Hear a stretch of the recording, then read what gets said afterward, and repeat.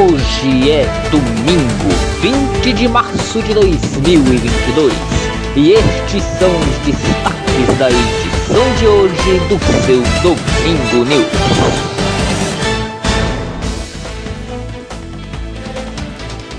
Petrópolis volta a registrar fortes chuvas.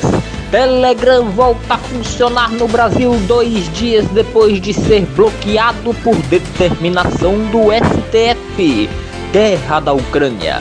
Dia 25. Mísseis hipersônicos são usados em ataques russos.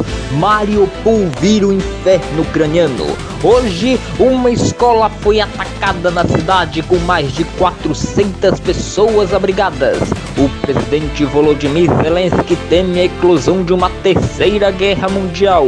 A cidade de Lviv, único reduto de fuga, foi atacado. Novos bombardeios e novos ataques. E o que Vladimir Putin falou sobre a guerra. Veja também, atropelamento na Bélgica deixa ao menos 6 mortos. Na Hungria, os professores cruzam os braços. Já no Recife, os professores encerraram uma greve sem alcançar o objetivo. E mais, no futebol, todos os times da capital jogaram quase em simultâneo e todos venceram. Tudo isso e muito mais agora no seu Domingo News.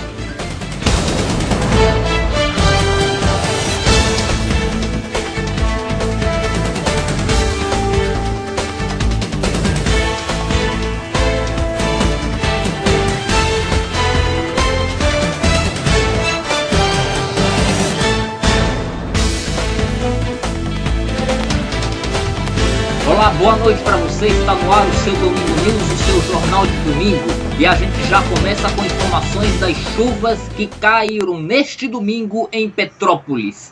Fortes chuvas castigaram a cidade carioca pela segunda vez em 2 meses. A chuva arrastou carros e um homem estaria desaparecido. As imagens que vocês veem agora são da chuva que caiu esta tarde. A previsão do tempo informa que há previsão de chuva para as próximas horas na cidade de Petrópolis, que nem sequer ainda conseguiu se reconstruir da chuva que caiu no meio de fevereiro, no meio do mês passado. Ainda nessa edição você vai ter novas informações sobre as chuvas que castigaram a cidade de Petrópolis. E a gente já começa essa edição falando de uma notícia que chegou no final da tarde de hoje, agora há pouco, que é sobre o aplicativo Telegram. Nós, na sexta-feira, tínhamos dito que o ministro do STF, Alexandre de Moraes, determinou o banimento da rede social do Brasil, devido a questões ali de falta de compartilhamento de informações do aplicativo com as autoridades da Polícia Federal e da Justiça Eleitoral, para tentar ali combater as fake news. Acabou que o Telegram não estava fazendo isso e, por determinação do STF, atendendo a um pedido da Polícia Federal, o ministro Alexandre de Moraes determinou o banimento da rede social. Entretanto, hoje, o aplicativo do Telegram oficialmente voltou a funcionar no Brasil. Isso porque o ministro do STF, Alexandre de Moraes, voltou atrás da sua decisão, após o aplicativo ter dito que o STF adotou 7 medidas contra as fake news no aplicativo, que eram vinculadas no aplicativo, e o Telegram acabou aceitando. O Telegram também cumpriu algumas determinações do STF e fez um pedido de desculpas ainda na sexta-feira. Com isso, o Telegram está de volta ao seu funcionamento habitual aqui no Brasil. São as informações que nós temos desse momento. O Telegram anteriormente era tida como uma rede social onde muitas notícias falsas eram vinculadas. Porém, era um aplicativo que, assim como o Twitter, eram divulgadas informações relevantes, informações sérias neste aplicativo. Era através do Telegram, por exemplo, que o presidente da Ucrânia, Volodymyr Zelensky, fazia suas manifestações e publicava vídeos da guerra da Ucrânia. E aqui isso aí provocava uma certa dificuldade provocaria uma certa dificuldade no repasse na comunicação das informações vindas da Ucrânia à imprensa brasileira. O presidente Jair Bolsonaro, forte adepto do Telegram, assim como seus aliados, os bolsonaristas, ele criticou a decisão de Alexandre de Moraes e uma mensagem de Bolsonaro no Telegram acabou sendo apagada pelo próprio aplicativo. Daqui a pouco também, se necessário, qualquer outra informação que vier, nós voltaremos a falar sobre o Telegram, a volta do Telegram ao seu funcionamento normal aqui no Brasil. E atenção, agora há pouco o Consórcio Nacional de Veículos de Imprensa, liderados pelo portal de notícias G1, divulgou os balanço diário do número de vítimas por conta da Covid-19, conta do novo coronavírus. Segundo os dados, nas últimas 24 horas, 104 pessoas morreram e 37.438 pessoas pegaram a doença. No total, temos 657.261 pessoas mortas por conta da Covid e 29.627.305 pessoas que pegaram a doença. A média móvel de mortes está em menos 29%, uma tendência de queda neste número de casos. A média móvel de casos está em menos 7%, numa tendência aí de que os números se estabilizaram. E agora aqui o consórcio também traz os números dos estados, né? Os estados que estão em tendência de alta estabilidade e queda no número de mortes por conta da Covid. Quem está em alta são os estados do Rio de Janeiro e Roraima. Estabilidade, 3 estados, Pernambuco, Espírito Santo e Rio Grande do Norte. E os demais estados, Acre, Amapá, Amazonas, Maranhão, Mato Grosso do Sul, Mato Grosso, Paraíba, Bahia, Sergipe, Piauí, Alagoas, Goiás, Pará, Santa Catarina, Rondônia, Minas Gerais, São Paulo, Ceará, Paraná e Rio Grande do Sul estão em tendência de queda no número de mortes por conta da Covid. Daqui a pouco a gente volta trazendo outros números para vocês do combate à pandemia, agora trazendo números da vacinação. Porque a seguir você vai ver as informações da guerra da Ucrânia. Hoje teve novos ataques com mísseis hipersônicos. E ainda você vai ver carro atropela várias pessoas durante uma festa carnavalesca na Bélgica. Ao menos 6 pessoas morreram. A gente volta já.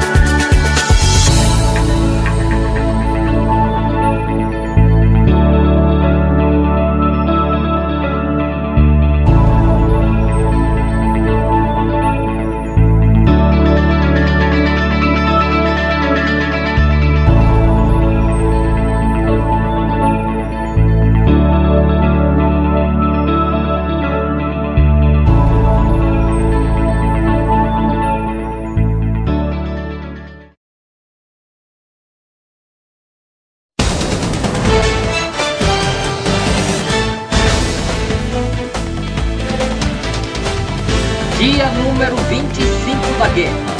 Ainda estamos presenciando imagens de horror. Em Mariupol, por exemplo, além de um teatro ter sido bombardeado onde estavam abrigadas crianças, mulheres e idosos, o mesmo cenário em proporções menores em termos de número de vítimas aconteceu hoje em uma escola na cidade que está praticamente dizimada e tomada pelos militares russos. Na Ucrânia, o inferno tem nome: Mariupol. A cidade está completamente destruída. Os russos bombardearam a cidade no sul da Ucrânia, que estava com vários civis. Num teatro da cidade, milhares de pessoas estavam refugiadas em um abrigo subterrâneo. O teatro, que tinha um aviso da presença de crianças, foi bombardeado sem dó pelos russos. Mesmo assim, não há registro de mortos até agora. 130 pessoas conseguiram sair ilesas. Outras 1.300 ainda estariam embaixo no teatro dizimado. O único reduto de paz e fuga de ucranianos que querem desaparecer do país por conta da guerra, a cidade de Lviv, também foi atacada essa semana. O ataque a Lviv contou com a atuação de 6 mísseis disparados do Mar Negro, segundo o governo ucraniano, mas 4 atingiram o prédio civil, já que os outros 2 foram abatidos pelo sistema de baterias antiaéreas. O bombardeio atingiu um prédio onde funcionava uma espécie de oficina de peças de aviões e estava sendo usada para fazer a manutenção dos aviões de guerra usados pelos ucranianos. Ninguém morreu no ataque a Lviv, que é uma cidade próxima da fronteira com a Polônia, membro da OTAN. Apenas 80 quilômetros separam os extremos. Lviv estava sendo usada como uma cidade de abrigo a refugiados e pessoas que se preparam para fugir da Ucrânia. O temor da comunidade internacional é dos ataques ao oeste do país ficarem ainda mais intensos. E as negociações estão em andamento. Uma notícia boa que chegou agora há pouco é de que o governo da Turquia informa que a crise entre Rússia e Ucrânia está perto de chegar a um acordo. Está perto, mas a previsão de quando isso vai acontecer ainda é incerto. Enquanto isso, em entrevista à rede de notícias dos Estados Unidos, CNN, o presidente Volodymyr Zelensky da Ucrânia disse que qualquer falha nas negociações pode fazer Vladimir Putin a eclodir uma terceira guerra mundial. Enquanto isso, o mundo fica apreensivo. Os ataques russos vão indo oeste da Ucrânia dentro, indo mais para o outro lado da Europa, e isso preocupa cada vez mais o planeta. Hoje, o governo da Alemanha anunciou um acordo com o Catar para distribuição de gás, diminuindo assim a sua dependência dos combustíveis vindos da Rússia. Falando na Rússia, na sexta-feira, o presidente russo Vladimir Putin discursou num evento raríssimo, em um acontecimento raro, ele aparecer em público no estádio de futebol em Moscou, onde comemorava os 8 anos de anexação da Crimeia ao território da Rússia. Em uma festa russa, mais de 100 mil pessoas estiveram presentes no estádio de Luzhniki, em Moscou. O estádio sediou a abertura e final da Copa do Mundo da Rússia em 2018 e é palco dos Jogos da seleção russa. A cerimônia comemorou os 8 anos de anexação da região da Crimeia ao território russo. No seu discurso, Putin proclamou: Именно избавить людей от этих страданий, от этого геноцида является основной, главной причиной, побудительным мотивом и целью военной операции, которую мы начали на Донбассе и на Украине. Falando da guerra da Ucrânia, Putin citou versículos bíblicos. Именно в этом цель. И здесь, вы знаете, мне приходят в голову слова из Священного Писания. Нет больше любви, как если бы кто-то отдал душу свою за друзей своих. No fim do seu discurso, a transmissão televisiva feita pela TV estatal foi interrompida. O Kremlin diz que houve uma falha técnica que fez a emissora reexibir, já gravado, um show que aconteceu antes do pronunciamento do presidente russo. Após discursar para as pessoas, Vladimir Putin deixou o estádio. E desde ontem, os russos estão usando os chamados mísseis hipersônicos, os mais rápidos que existem e os mais difíceis de serem detectados. A destruição acontece em várias regiões do país. O ataque de mísseis começou no sábado. A arma foi usada para destruir um depósito balístico ucraniano a 100 quilômetros da fronteira com a Romênia. Entre ontem e hoje, novos ataques foram registrados, destruindo centros de abastecimento e reabastecimento do país. Os mísseis hipersônicos da Rússia são 5 vezes mais rápidos que a velocidade do som, podendo percorrer uma velocidade de até 6.000 km por hora, atingindo um alvo num raio de até 2.000 km de distância. Em dezembro, o presidente russo Vladimir Putin disse que estes mísseis conseguem burlar o rastreamento por mudarem de rota facilmente e em pleno ar. Apesar disso, estes mísseis não representam uma ameaça gigantesca no núcleo bélico. Apesar disso, especialistas veem a movimentação russa mais fraca do que o devido. Isso porque os militares russos estão vendo uma resistência ucraniana mais forte do que o imaginado. E isso faz com que o seu avanço, principalmente para Kiev adentro, esteja mais estagnado. Entretanto, a estratégia usada agora pela Rússia é fazer ataques aéreos a alvos estratégicos para poder diminuir a força dos ucranianos, como centros de abastecimento de combustíveis, comidas, alimentos, água e fornecimento de informações através de redes de transmissão como as emissoras de televisão.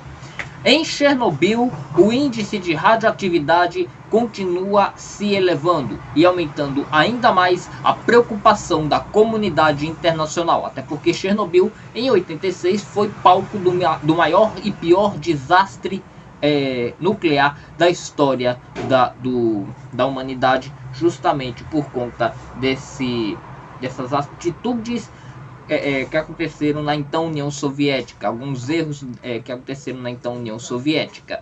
E com a invasão, a tomada de Chernobyl pela Rússia, a radioatividade cresceu ainda mais naquela região e preocupa a comunidade internacional. Essa semana, o presidente americano Joe Biden classificou o presidente Vladimir Putin como um assassino de guerra. E isso, claro, que soou muito mal lá do outro lado do mundo. O presidente Vladimir Putin voltou a subir o tom, dizendo que a guerra da Ucrânia pode não ser somente uma guerra local. Uma coisa mais ou menos assim que ele falou. Hoje o Papa Francisco visitou alguns refugiados ucranianos, crianças que fugiram da guerra, e ele pediu mais uma vez o fim do conflito militar. Qualquer nova informação sobre a guerra da Ucrânia, o Domingo News e o Ponto Direto voltam a falar para vocês a qualquer momento. E a seguir você vai ver: tragédia na Bélgica. Atropelamento deixa ao menos 6 mortos durante uma festa carnavalesca próximo à capital Bruxelas. Você vai ver também: professores da Hungria estão em greve. E mais, os times pernambucanos fazem bonito no fim de semana e se classificam. A gente volta já.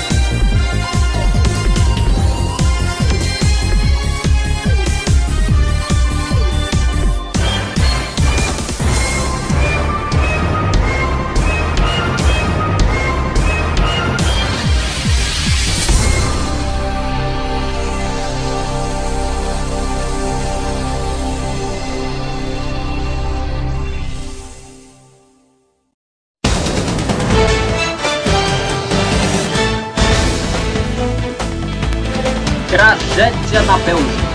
Atropelamento deixa 6 pessoas mortas durante uma festa carnavalesca.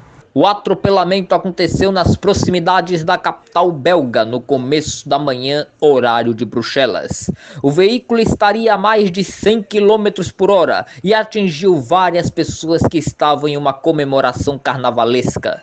Ao menos 6 pessoas morreram e dezenas ficaram feridas. As autoridades da Bélgica descartaram a hipótese de atentado, mas seguem investigando o que motivou a tragédia.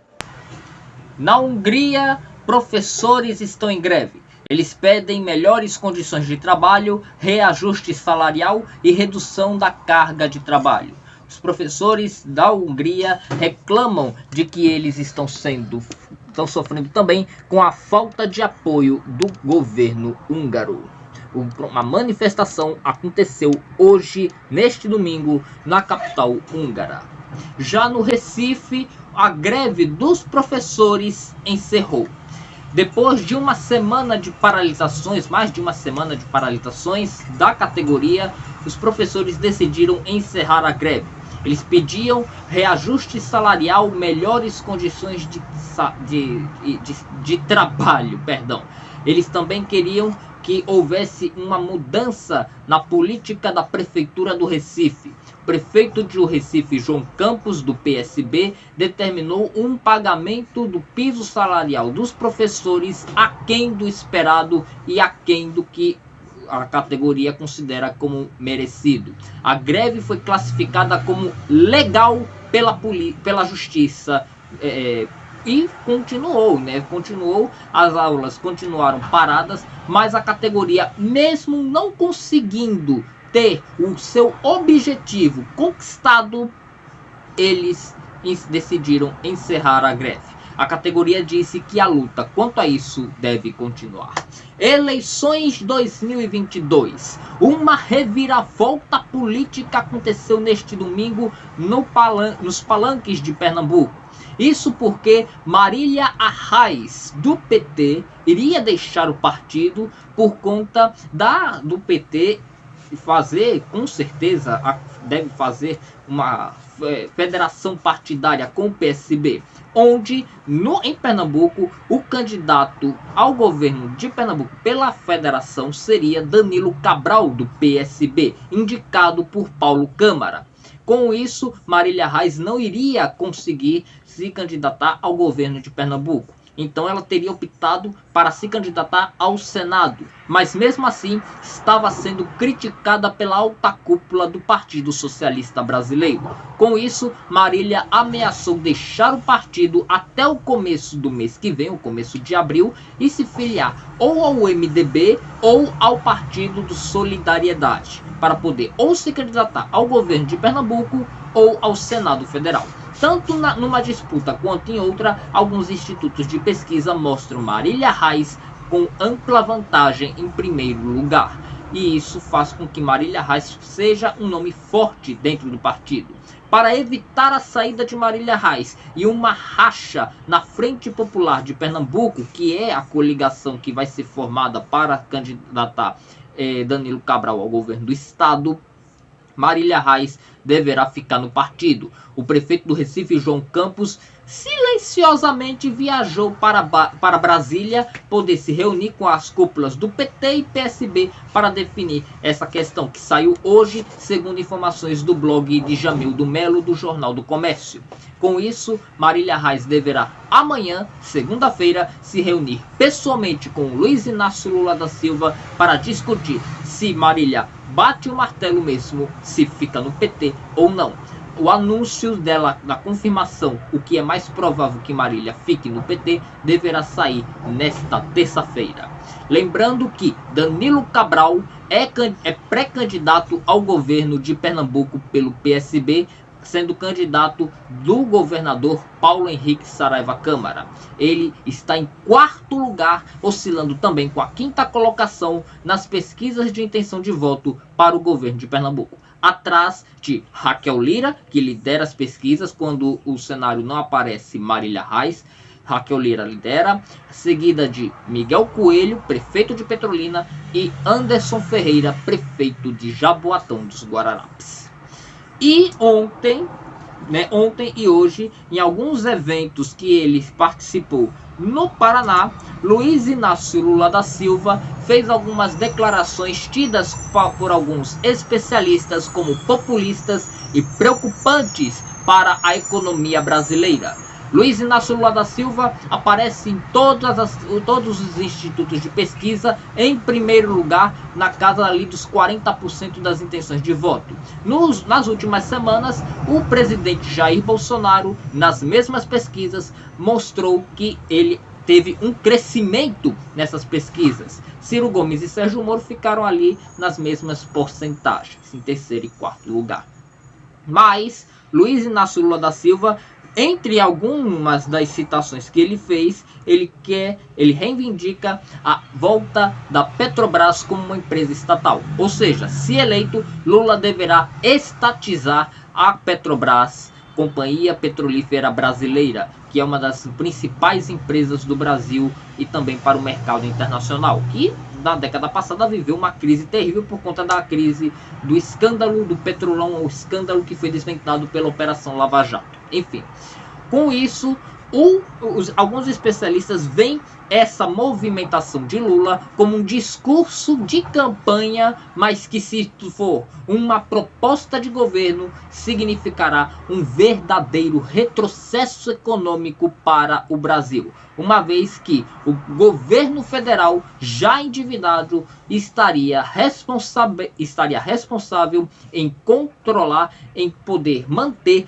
uma empresa do suporte que é a Petrobras. Ressaltando que essa semana Lula e Ciro Gomes nas redes sociais soltaram algumas indiretas, onde Ciro Gomes, do PDT, disse que Lula foi que estatizou parcialmente a Petrobras no período em que Lula foi presidente da República, o que fez com que Michel Temer pudesse privatizá-la de vez e fazer com que a política de preços dos combustíveis da Petrobras fosse alterado e ficar nos preços altíssimos e absurdos que estamos encontrando atualmente. Enfim, as eleições só estão nem sequer começaram oficialmente, mas o clima já está pegando fogo. E claro que a gente vai continuar acompanhando aqui no Ponto Direto para vocês.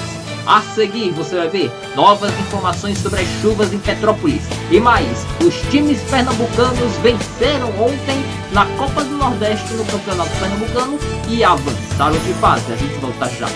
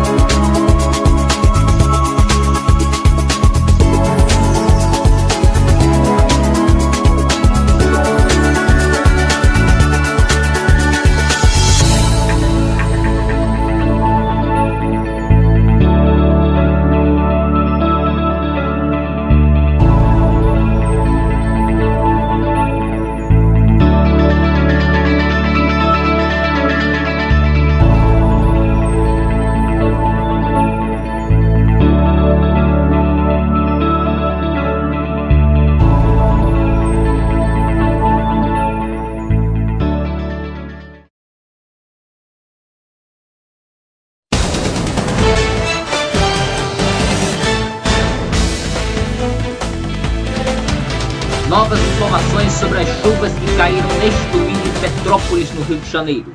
Em menos de 2 meses, esta foi a segunda maior chuva que caiu na cidade carioca. Até agora, segundo a Defesa Civil, em 2 horas e meia foram registradas 208,2 milímetros de chuva. Rios transbordaram no centro e em bairros, voltando a deixar pedestres, motoristas e moradores ilhados. Até às 6 horas e 20 minutos da noite, a Defesa Civil do município não tinha registrado nenhuma vítima provocada por conta dessa nova chuva. Vale lembrar que no meio do mês passado, uma tempestade fortíssima atingiu Petrópolis, sendo ela a maior chuva que já caiu na cidade.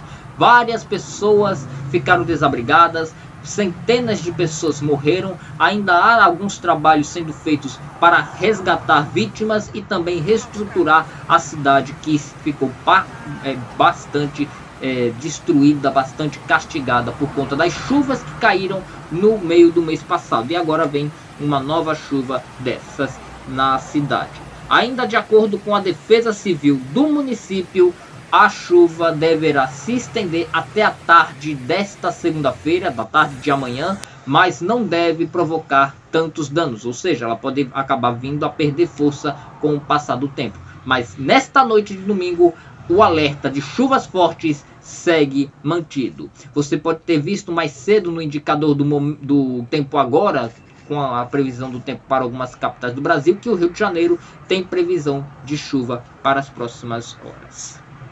Bom, vamos falar agora sobre futebol, né? Até porque, pelo Campeonato Paulista, Roger Guedes fez o gol do Corinthians contra o Novo Horizontino, levando o Corinthians para a próxima fase, para as semifinais do Campeonato Paulista. Já no Clássico Carioca, Flamengo e Vasco jogaram e deu Flamengo com o gol de William Arão logo ali no comecinho do segundo tempo. O Flamengo então está agora na final do Campeonato Carioca e deve enfrentar já na próxima fase o vencedor do outro clássico carioca entre Fluminense e Botafogo, que acontecerá no próximo domingo. O Vasco vai esperar a disputa do terceiro lugar, também vindo do seu adversário desse próximo clássico, que acontecerá domingo que vem. O jogo de domingo que vem entre Fluminense e Botafogo vai acontecer às 4 horas da tarde. Já os times pernambucanos jogaram em campeonatos diferentes. O Santa Cruz, por exemplo, jogou pelo Campeonato Pernambucano, venceu o Caruaru City por 3-0 e está na semifinal do Campeonato Estadual. Furtado abriu o placar para o tricolor, que jogou em casa. Esquerdinha fez os 2 restantes. Final: Santa classificado 3, Caruaru City 0. A Cobra Coral agora enfrenta o Náutico nas semifinais. Você viu aí que o Santa agora vai pegar o Náutico na semifinal do Pernambucano. Náutico que se classificou para as quartas de final da Copa do Nordeste. Os gols do Timba foram de Léo Passos e Robinho, e todos saíram no primeiro tempo. O Timbu venceu por 2-0 o time potiguar e agora está nas quartas de final da Copa do Nordeste. O Náutico deve encarar nesta quarta o Botafogo da Paraíba em João Pessoa. Também no Nordestão, o Sport também se classificou para as quartas de final do Nordestão. Vai pegar o time alagoano do CSA. O jogo foi na casa do time rubro-negro e os gols saíram dos pés de Léo Juba, Parrangues e Vanegas. Sport 3, Floresta 0. O Leão vai jogar na terça em Maceió contra o CSA. Só vitória e vamos para ver se a gente consegue mais alguma conquista por aí. Se Deus quiser, vamos conseguir. E claro, a gente vai continuar trazendo aqui o seu Domingo News. O Domingo News que fica por aqui. Você vai ter outras informações a qualquer momento, caso haja necessidade, e ao longo da semana também aqui no seu Ponto da Notícia. Muito obrigado pela sua audiência, pela sua companhia, e o Domingo News volta domingo que vem, se Deus quiser. Uma ótima noite para você.